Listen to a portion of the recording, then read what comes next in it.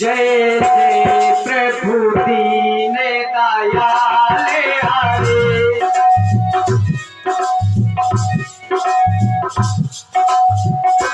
जय जय प्रभु दीन दयाल हरे।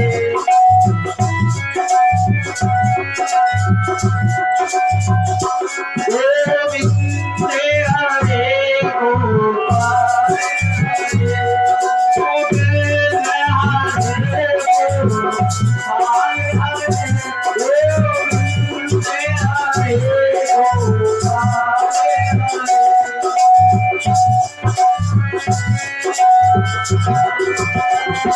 जय जय प्रभु दीन दयाल हरे।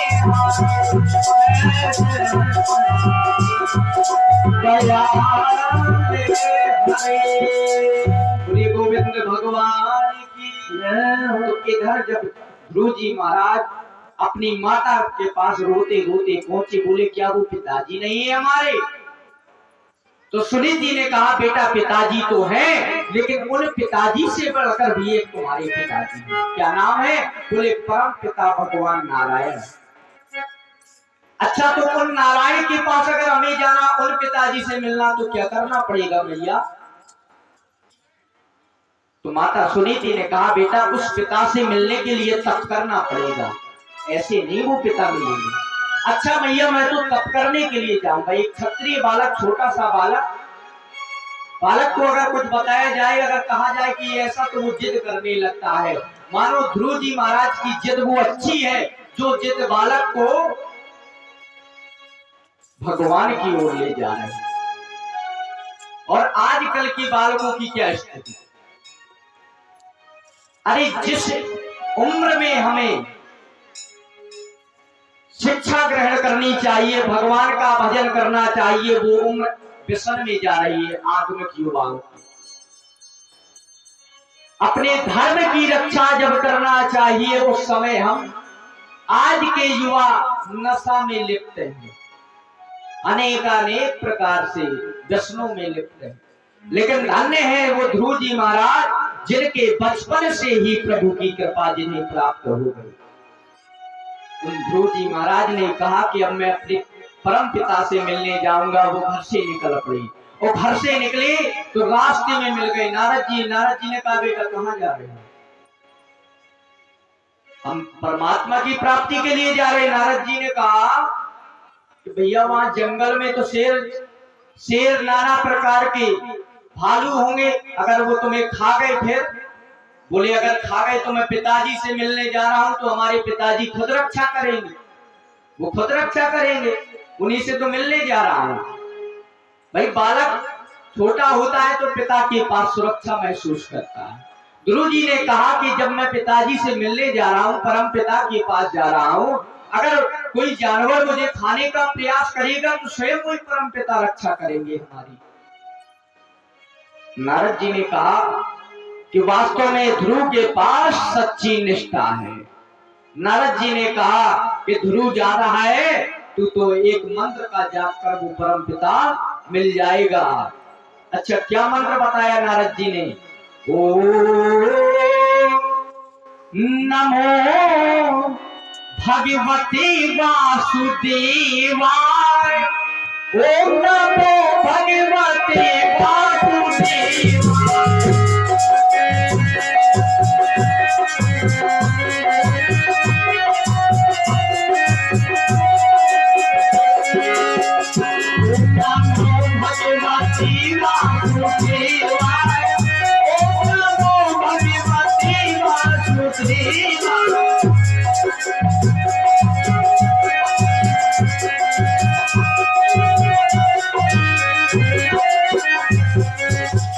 नारद जी ने मंत्र बता दिया कि जाओ 12 अक्षर का इस मंत्र का जाप करना, तुम्हें वो परमात्मा मिल जाएंगे। तो ध्रुव जी महाराज ने आज चले गए, उसी मंत्र का जाप किया। कहा? मधुवन में। मधुवन में बैठ करके ध्रुव जी महाराज ने उस मंत्र का जाप किया। सुंदर जब मंत्र का जाप किया तो मां 6 माह में ही परमात्मा को प्राप्त कर लिया। भाई पहले वर्ष ध्रुव जी महाराज ने जो पहला माह आया तब का, तो पहले माह में लता पत्ती दोनों समय खाते थे। दूसरा माह आया तो लता पत्ती दूसरा एक समय खाने लगे। तीसरा माह आया तो 3-3 दिन करके एक बार खाने लगे। ऐसी साधना बढ़ाई। जब चौथा माह आया तो 6-6 दिन में खाने लगे। 5वां दिन आया तो जलपान वायुपान करके करने लगे तप को। तो जब 6वां महीना जैसे ही लग गया तो वायु का पान करना, अपने हृदय की धड़कन को ही रोक करके मानो परमात्मा की छवि अपने हृदय में देखने लगे। सारी सृष्टि रुक गई, हवा जहां चल रही थी रुक गई, जहां पक्षी थे वो पक्षी सब वहीं एक स्थान पर, नदियों की धारा वहीं रुक गई। हाहाकार मच गया, देवता भागे भागे गए, बोले ये क्या हो गया। ब्रह्मा जी ने कहा ये विष्णु भक्त है, ये भगवान का भक्त है, प्रकृति में भी परिवर्तन कर सकता है, ये सामर्थ्य होती है भगवान के भक्त की। अगर भगवान की भक्ति इतनी अच्छी है तो आप प्रकृति में भी परिवर्तन कर सकते हैं। और आप नहीं, अरे वो परमात्मा परिवर्तन करने में आपका समर्थन करेंगे। भले ही परमात्मा का मान क्यों न टल जाए, लेकिन वो भक्त का मान नहीं टलने देती। कि प्रबल प्रेम के पाले पड़कर प्रभु को नियम बदलते देखा, और अपना मान टल जाई, पर भक्त का मान न टलती दी। भले ही खुद का मान चाहे समाप्त हो जाए, लेकिन भक्त के मान को वो परमात्मा टलने नहीं देते हैं। आज ध्रुव जी महाराज की तपस्या, अनन्य चिंतन को सुंदर भगवान ने भक्ति प्रदान कर दी। जब प्रकृति अनुकूल से प्रतिकूल हो गई तो स्वयं भगवान नारायण आ गए ध्रुव जी के सामने, लेकिन ध्रुव जी महाराज नेत्र बंद किए हुए हैं। नारद जी ने, भगवान सोचने लगे कि हम इनके सामने खड़े हैं, ये नेत्र बंद किए। नेत्र इसलिए ध्रुव जी बंद किए थे क्योंकि भगवान मन की आंखों से भगवान को अपने अंदर ही देख रहे थे। अचानक से भगवान ने ध्रुव जी के हृदय में जो भगवान की दिव्य छवि थी उसको समाप्त कर दिया। तो ध्रुव जी अचानक से आंखें खोली तो भगवान सामने पाए, और जब भगवान सामने आए तो ध्रुव जी महाराज बोलना चाहते हैं, लेकिन 6 महीने की तपस्या थी तो बोल नहीं पा रहे हैं। और जब भगवान को लगा कि ध्रुव बोलना तो चाहता, लेकिन बेचारा बोल नहीं पा रहा, तो भगवान ने अपने शंख का स्पर्श ध्रुव जी के कपोल से करा दिया।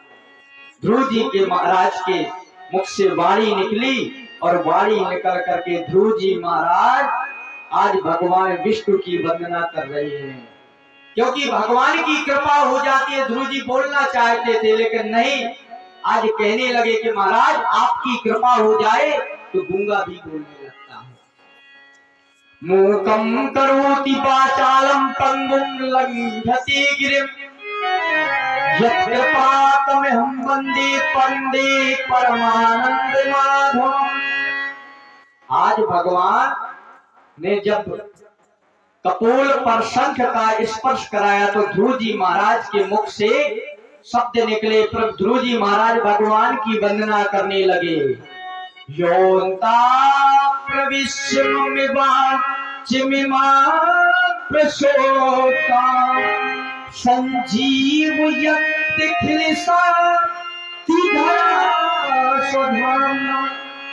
अन्याश्च हस्त चरण श्रेणवाक्य गाति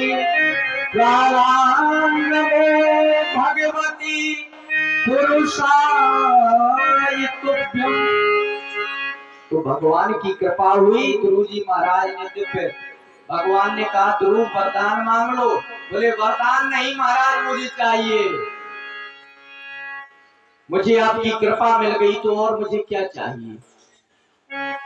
आपकी कृपा मुझे मिल गई तो आपकी कृपा के बाद मेरी चाय ही नहीं रही। चाय गई, चिंता गई, चाय चली गई। आपको पाने की चाय थी और व्यक्ति की चाय ही समाप्त हो जाए तो समझ लीजिए इस व्यक्ति दुखी नहीं रहेगा।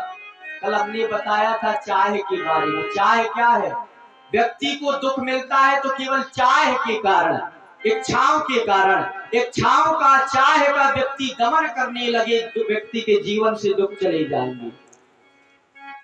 चाहे आनों से रुपयों में आती रही, चाहे रुपयों से नोट भुनाती रही, चाहे नोटों से मोटर मंगाती रही और चाहे मोटर से होटल में जाती रही, और वही चाहे होटल में बोतल खुलाती रही, और चाहे वही चाहे पाली जिसने वो पीले हुए, और चाहे छोड़ी जिसने वो रसीले हुए।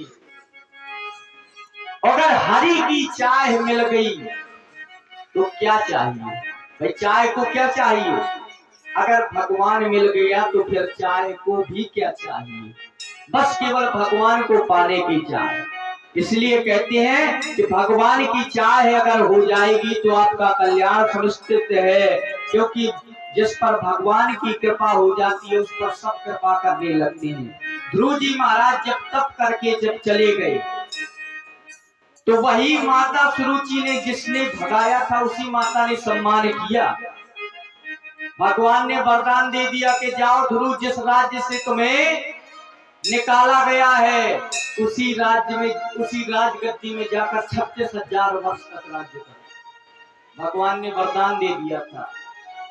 देखो, समाज में भले ही अपमान मिले लेकिन समाज में इतने काबिल बन जाओ तो वही समाज एक दिन आपको अपना लेगी। भाई जब आपके पास कुछ नहीं होता है तो आपका भी कोई नहीं होता है। टूट जाता है रिश्ता गरीबी में जो खास होता है, और बन जाते हैं सैकड़ों रिश्ते जो जब पैसा पास होता है। तो आप सब ऐसे बनिए, अगर आप केवल धन की बात नहीं कर रहे, व्यक्तित्व में, अपने कर्मों में ऐसे बन जाइए कि समाज अपने आप हो जाएगी आप। क्योंकि जिस पर राम की कृपा होती है उस पर सब कृपा करते हैं। ध्रुव जी पर राम की कृपा हुई। एक चौपाई के बाद आज की चर्चा को विराम करेंगे। जैसे ध्रुव जी महाराज पर कृपा करी प्रभु ने, ऐसे सब पर इसके आगे की कथा कल सुनाएंगे। और कल सुंदर भगवान कृष्ण के जन्म की कथा भी है। कल भगवान कृष्ण का जन्म है तो सभी लोग आए। तो आज भगवान ने कृपा ध्रुव जी पर करी तो ध्रुव जी पर वही उनके पिताजी ने 36 राज्य छोड़ करके ध्रुव जी को राजा बना दिया था। अब इससे आगे की कथा कल होगी। बोलिए विष्णु भगवान की जय हो, बोलिए भागवत महापुराण की जय हो। तो हमारे कहने का भाव है कि जा पर कृपा राम के हुई ता पर कृपा करें सबको। तो श्री राम सब जग जानी करम प्रणाम जोर जुग पानी। तो ऐसे कर्म करिए जिस पर भगवान कृपा करे, क्योंकि जा पर कृपा राम के होई ता पर कृपा करे सब कोई।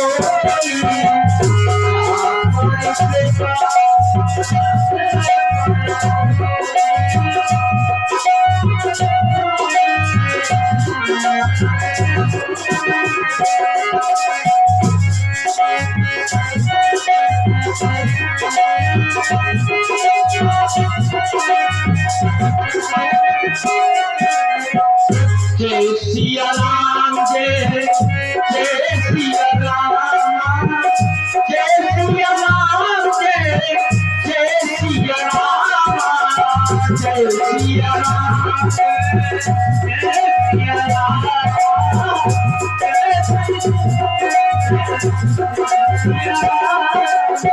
जय सिया राम, जय जय सिया राम, जय सिया राम,